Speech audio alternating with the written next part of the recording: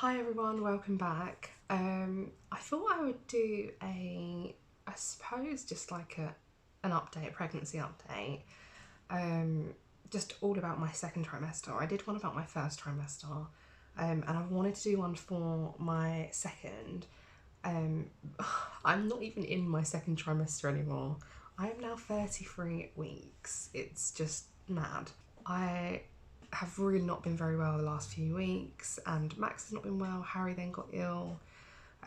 There's just been lots and lots sort of going on for us, and I've been very overwhelmed, very emotional, and yeah. So I've not really had a chance to film much, but I really wanted to I suppose just remember my second trimester. So I started writing bits down that I could talk about with you guys and tell you how my second trimester actually went. So yeah, I apologise if my voice, it still sounds funny to me, but I think it's because I'm still not feeling great. I'm trying to be quiet because Max is down for a nap, so if that's why I'm a bit quiet or the audio is a bit quiet, that's why, because he's literally next door. I'm in his room. So yeah, I started writing things down just about my second trimester. I suppose this video is more just for me to be able to remember it. With Max, I had like a baby journal and I wrote things down religiously, apart from towards the end, just because it was a bit manic towards the end. But with this bubba, I've not really had a chance to write anything down, so I suppose kind of feels like a video diary more than anything. Yeah, I've still had really really bad sickness pretty much throughout the whole of my second trimester. It's been quite relentless. Literally, as soon as I brush my teeth, I want to throw up. I don't know if it's the taste of the toothpaste or what. Then there are of course other times as well where I've been sick, sort of just first thing in the morning, literally wake up feeling sick and I know I'm going to be sick. So it was normally only sort of once a day, like first thing in the morning. But yeah, pretty much every day or every other day throughout the whole of the second trimester. The other thing that started in the second trimester has been the heartburn. Just really feeling like my food is just literally sitting on my chest. Again, the sickness and the heartburn, it was pretty much the same with Max. So yeah, I've got Rennies in practically every bag and coat that I own, in the car, literally everything, just in case, because it's honestly, it's horrendous. If you don't have a Rennies, sorry, I'm just turning the baby monitor on. If you don't have a Rennies and you've got heartburn, oh my god, I just think it's one of the most awful feelings. But I had it really bad with Max, and again the sickness with Max as well. The other thing that I think I noticed quite a lot in my second trimester is just how tired I was. I feel like when I was pregnant with Max, I was tired of course, but like nowhere near as tired as I've been this time around. Like, I feel like tiredness has just been really extreme. And it's strange as well, obviously, like last time when I was pregnant with Max, I was working sort of like 40 to 50 hours a week. So, but I said to Harry, like, it is different because when I was pregnant with Max, like when I finished work, I'd just come home and if I wanted to just rot on the sofa for the rest of the evening, I could. Whereas this time, like, honestly, like I can't even tell you about Max's sleep at the moment, but he wakes up between 3:30 and 4:30 pretty much every day at the moment. And that's when my day starts. And it doesn't end. It literally doesn't end, because then he goes to bed at sort of 7:30 and he still sleeps in our bed and he's just sort of on the boob. And so I don't feel like I'm getting enough sleep. Like when Harry's home on the weekends, I just go for naps constantly. And even when he's not home and he's working, I nap with Max normally. So really I should be having a nap right now with Max while he's napping, but I'm not. But yeah, the tiredness has just been like another level tiredness. And I've had a few like mum friends like say to me as well, like the tiredness that you have when you're looking after a toddler and you're pregnant is just beyond anything. But like when the newborn is here, like it almost feels like you've revived. So I hope that's the case, and you know, almost like Max is trying to prepare me for the newborn stage. But I remember the newborn stage being really hard, but yeah, the tiredness this time around while being pregnant and looking after a toddler, running a house. It's just beyond anything. And it's made it really hard to stay on top of things, sort of like within the house anyway. Whether it's, you know, putting the bloody washing away or doing the washing. Yeah, I don't know. I just found it, I found it really hard staying on top of things within the house, housework, cleaning, even just tidying. And it kind of feels like if you don't do a little something every day, then it just kind of gets really out of control. So that's been really hard because there have been days where I've literally just had to go back to sleep because I just can't function. So yeah, that has been, the tiredness has been just intense. So at 16 weeks, I had my 16-week midwife appointment. Everything was absolutely fine. Literally the only thing that came back was that my blood pressure was a little bit high, and they weren't concerned about it. They just said, you know, at the next appointment we'll monitor it, and if there's any issues then we'll investigate basically. But they said that it could just be sort of, you know, like normal day-to-day stress, and that my blood pressure was a little bit elevated. But apart from that, everything was absolutely fine. Did normal like urine sample, and they do the carbon monoxide test.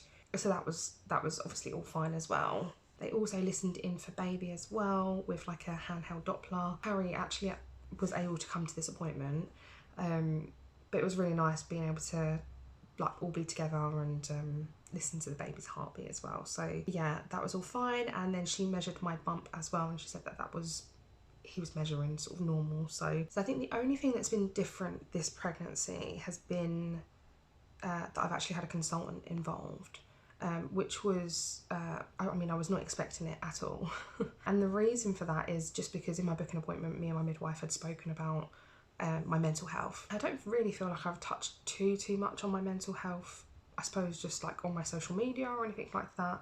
But I mean, I suppose for context, I have always suffered with, I mean, I say always, but for as long as I can remember, sort of teenage years, suffered with anxiety and depression. On and off, I have good days, bad days, same as everyone.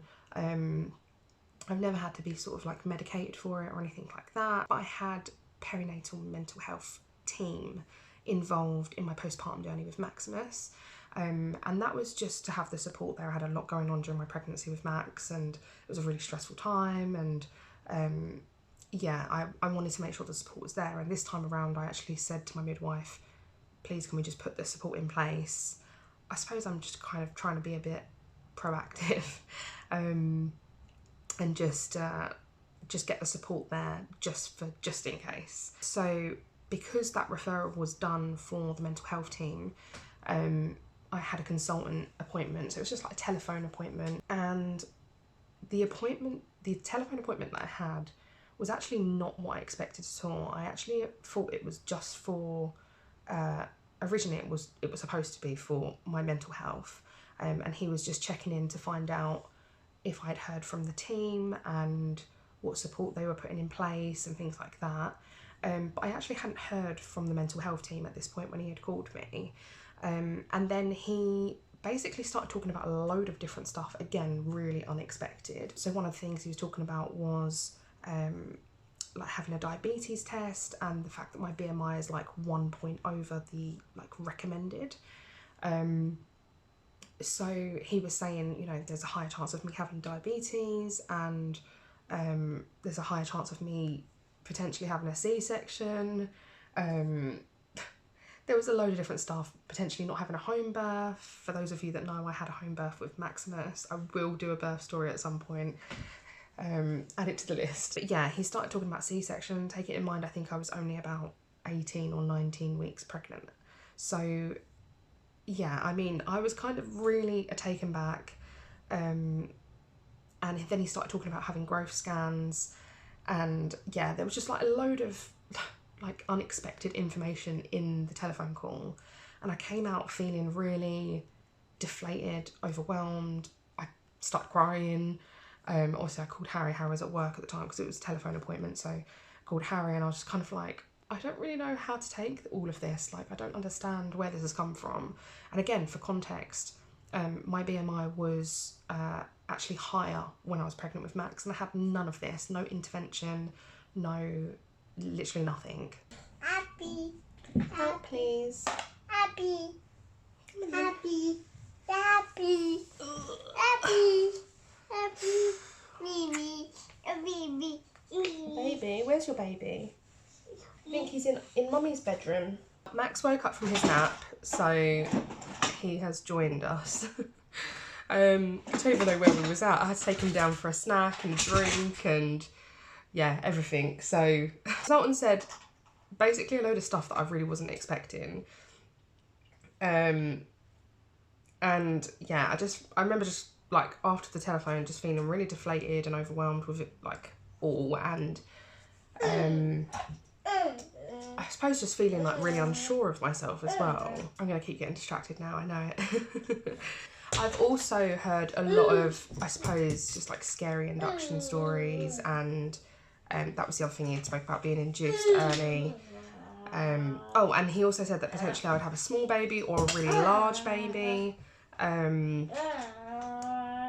So yeah, I've heard a lot of like sort of induction, like scary induction stories. I have heard some positive ones, of course, but I suppose you always take like the negative out of everything. So it's just kind of, it made me feel a little bit sort of just all over the place, really. I think it's good to mention as well that when I had my midwife appointment, well, both midwife appointments, the 25-week one and then like the 28 one, and I mentioned about what the consultant had said, my midwives were both, I saw 2 different midwives, and that both of them were quite shocked at him even mentioning C-section so early on, talking about induction so early on, and they actually said like the whole BMI rating as well was just so outdated nowadays, and that mine wasn't even like really high. They were both kind of quite shocked really at what he was saying. So yeah, that was kind of that with like the consultant appointment, and he just said, we'll book you in for a growth scan at about 32 weeks. And then the week after that, I'll be having a telephone appointment, another telephone appointment basically. And I'm 33 weeks now. So I will sort of talk about all of this in a separate video, maybe like a 3rd trimester video, if I get time to do it. But yeah, that's kind of like what happened in my 2nd trimester anyway. What happened? I then had my 20-week scan. So that's like the anomaly scan, I think they call it. Yes, Puppy, you want to get up? Yes, I'm here. Yeah, basically they just sort of check all of baby's organs and like make sure everything is like growing at the rate that they want it to be growing, and just check there are no sort of abnormalities. And our 20-week scan went really well. Like they said, baby is perfectly healthy. He's like right where he should be in terms of growth. So yeah, that was all fine. And then I had a midwife appointment at 25 weeks and 1 day. And again, they just kind of went over the scan, and then it's a normal sort of like routine urine blood pressure. My blood pressure was sort of back to normal, I think, at that point, so they weren't really concerned. And yeah, just again, like I said, routine appointment more than anything. That was all fine. So yeah, that was kind of that. And then kind of the next appointments that I had were my glucose tolerance test. So that's like the diabetes thing. So I had to fast from, I think it was 9 o'clock the night before, and my appointment was at 9 o'clock in the morning. So I fasted. I was only allowed like small sips of water, and then I went in, had a blood test. They gave me this drink. I actually didn't think the drink was that bad. Like loads of people kept saying like the drink was bloody horrendous. Yeah. But I actually didn't think it was as bad as what everyone had made it out to be. Maybe I just got a nicer drink. I don't know if they do different flavours and stuff, but yeah, it wasn't too bad. And then I went and sat in the waiting room, and I had to wait for 2 hours to have my 2nd blood test. You'll have to excuse me because I'm now having a coffee with it. This is what happens. My cough I've literally had a cough since September. It's just bloody awful. I'm in to check Mummy's okay. That's so nice. Yeah, so I would actually say that waiting for 2 hours with no food And she said really try not to drink any water, like just tiny sips if you really need it. That was probably the most like gruesome bit, I would have said, because I'm like obviously still being sick at this point anyway. I'd been sick in the morning, and then obviously I'd still not eaten, and obviously then you have a sugary drink and you wait for 2 hours. So I'd say the waiting was like horrendous. And I felt really sick and, excuse me, really dizzy towards the end. Then yeah, I had my second blood test at about 11 o'clock, I think it was, and then I was able to go home. So I then had a midwife appointment the next day, and that was my kind of 28-week appointment with them, and they said that it had all come back fine. I think I got it in my head that potentially there was going to be some sort of diabetes issue, that potentially I was going to get gestational diabetes. I never had it with Max, but I think after the conversation with the consultant on the phone, and he was talking about sort of diabetes and the risks and, you know, all of these things, I was, I think I got in my head a little bit about it. So I almost kind of was expecting it to come back that potentially I did have it, like diabetes, gestational diabetes, but yeah, my midwife the next day, she was like, no, it's absolutely fine, like it's a really good level. So I was like, oh, okay. And yeah, that appointment was like all fine as well. Again, normal routine, blood pressure, carbon monoxide, urine, and she measured my bump as well and listened in with a Doppler. And that appointment, it was just me and Max because Harry couldn't get it off work. It was really nice because Max sat on the bed with me while she was listening for baby boy's heartbeat. And like measuring my bump and stuff, and he was like looking, and yeah, it was really, really sweet. I wish I had like been able to record it, but obviously you can't in these moments, especially when you're by yourself. So yeah, I know. I'm just telling everyone about how this baby is growing. Your baby brother. Yeah. Is it your baby in mummy's belly? Your baby.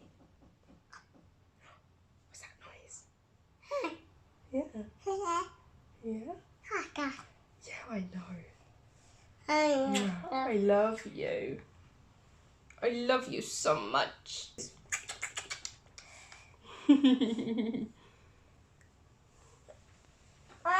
Ah, that's so lovely. Thank you. Ah, thank you so much. A lovely cuddle. So yeah, I felt more reassured obviously at the last midwife appointment at 27 and I think it was 27 and 4, I think I said. Yes? Yeah. What else? I suppose the other thing to mention is that I think in my first trimester video I mentioned that my milk has completely dried up. I mean, I posted in loads of like different like forums, chats, groups, like literally everything, to try and get some insight and some more research, I suppose, or advice just about breastfeeding during pregnancy. And be careful, Max, sit down please. Yeah, I mean, I suppose just to learn a bit more about breastfeeding during pregnancy, and honestly I was in so much pain, and I'm still in pain. I will do, I want to talk about like my breastfeeding journey in a separate video, sort of just like my breastfeeding journey with Maximus and up until, yeah, when the new baby comes. So I will do a separate video about it, touching on it a bit more, but about, I think I wrote it down, didn't I? Yeah, 24 weeks and 5 days. So literally right before my 25-week midwife appointment, I noticed that my colostrum had come back in. So yeah, it's not like how my milk was, I suppose, once we had established breastfeeding with Max. It is literally like colostrum, kind of like when you start harvesting just before you're due to give birth, or even after if you don't do it before.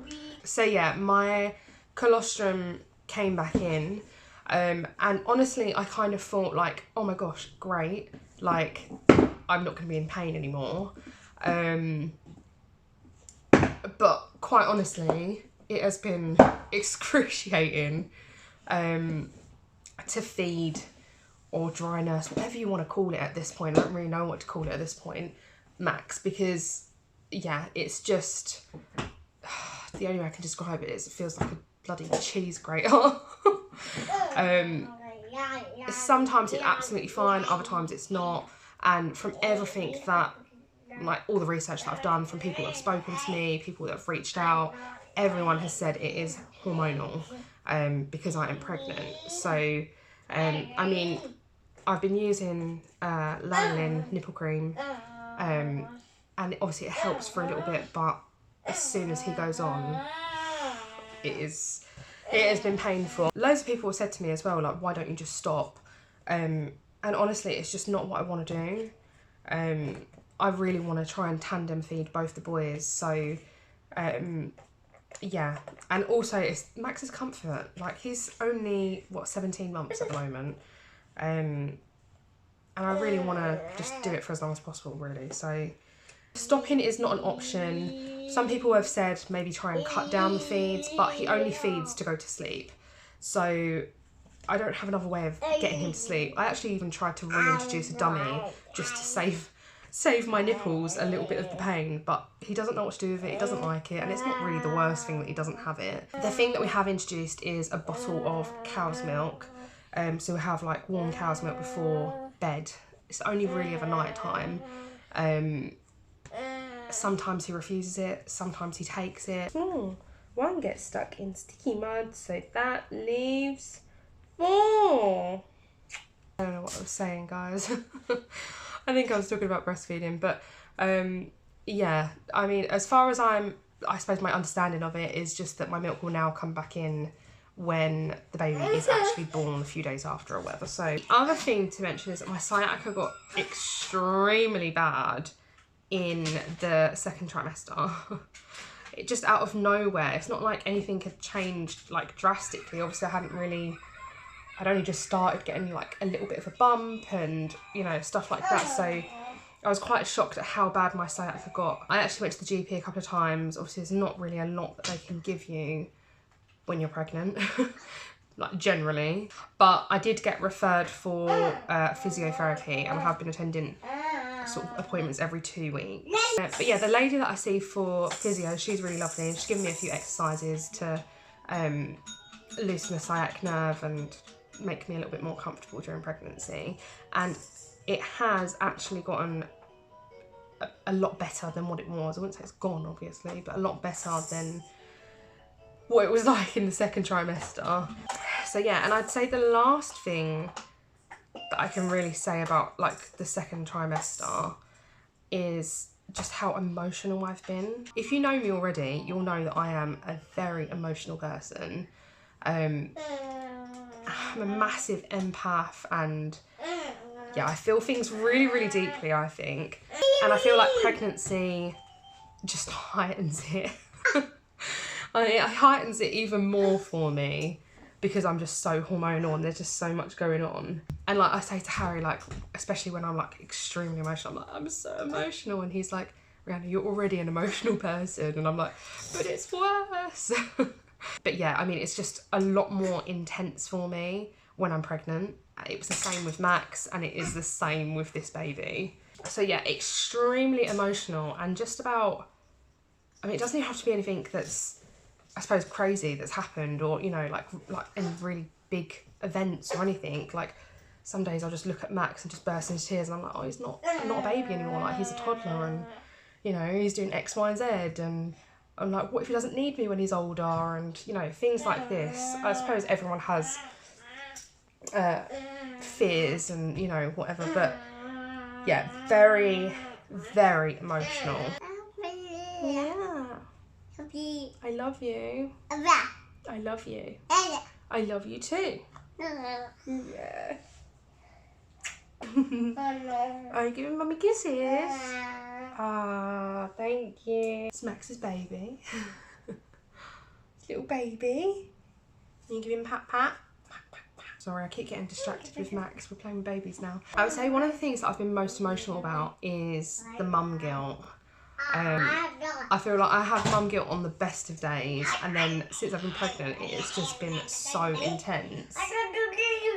I'm sure most of us have mum guilt at some point, and I just feel like that has got me the most emotional. And I think the reason for that is because I've been so tired, like so bloody exhausted,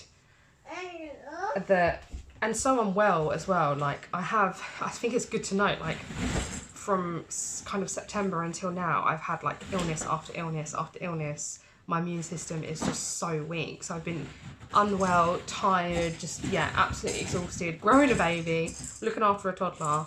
And it has been really hard to get Max out of the house for like our normal groups, soft play, swimming, you know, all of those things. It's just been really hard to go regularly, and it's left me feeling really, really guilty that I'm not doing, or I almost feel like I'm not doing enough for him. And I also get it in my head, like, you know, this is the only time left now between now and when the baby comes, that it's only just going to be sort of me and Max during the day, and then after that we're going to have obviously a new bubba, and, you know, we're all going to adapt and stuff, but this time just feels so precious. So then I kind of feel even more guilty if I'm not able to do things with him that we would normally do, or yeah, just things like that. And I think that has made me very, very emotional. I feel so much guilt, especially because he's so little as well and doesn't always understand why we can't go to things. But then same times, like, I try and make up for it, you know, at home, and do activities with him at home.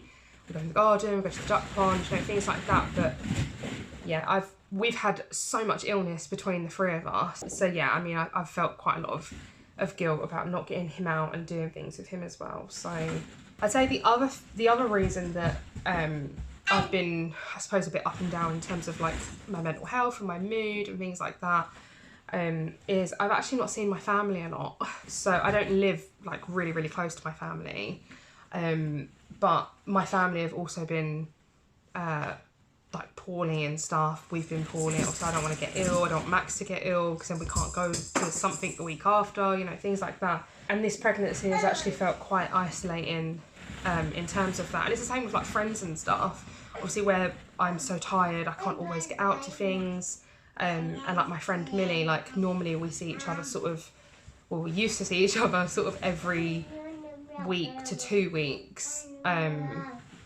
it would be sort of rare that we would go sort of like longer than that. But yeah, like I haven't seen Millie in a few weeks, like this time round now. So and that keeps happening as well. So that can feel quite isolating in itself. It's like, because I'm not well, or, you know, Max is not well, or I'm tired and I've not slept, or I'm being sick and we can't get to a group, we can't see my friends, Max can't see his friends, things like that. So there's a lot of like sort of isolation and like guilt, and yeah, it's kind of all blends into one. I mean, the truth is that really I found this pregnancy very, very difficult physically, and emotionally. It's been a hard pregnancy so far, but I am so, so grateful that, you know, baby boy is growing and he's healthy, and I suppose we're on the home stretch now at 33 weeks. So yeah, I'd say that's probably everything about my second trimester. I will try and film a third trimester maybe in a few weeks. I don't want to leave it too late in case it comes early, but I don't know, I'm not 100% convinced. And then I can give you another update in terms of like how the third trimester's been, because I imagine this is going to be a really long video by the time I've finished this. But yeah, that's kind of like everything about my second trimester and how it's gone. And yeah, I mean, we're all really excited to meet baby boy. Max has got 2 baby dolls, and he like gives it kisses and pats its back and gives him a cuddle, and he puts him on his bike with him. So yeah, I mean, hopefully it will be the same when baby boy is actually here. But yeah, at the moment I feel very overwhelmed. I've got quite a lot of stuff that needs to be done and to start organising and things like that. So I thought I'd quickly film this second trimester video, although it probably hasn't been quickly now. I feel like I've been doing this for hours. So yeah, thank you guys so much for watching this video. I've probably missed stuff, but I've tried to write down everything that I can remember and then talk about it all with you. Thank you so much for watching, and we will see you for the next one.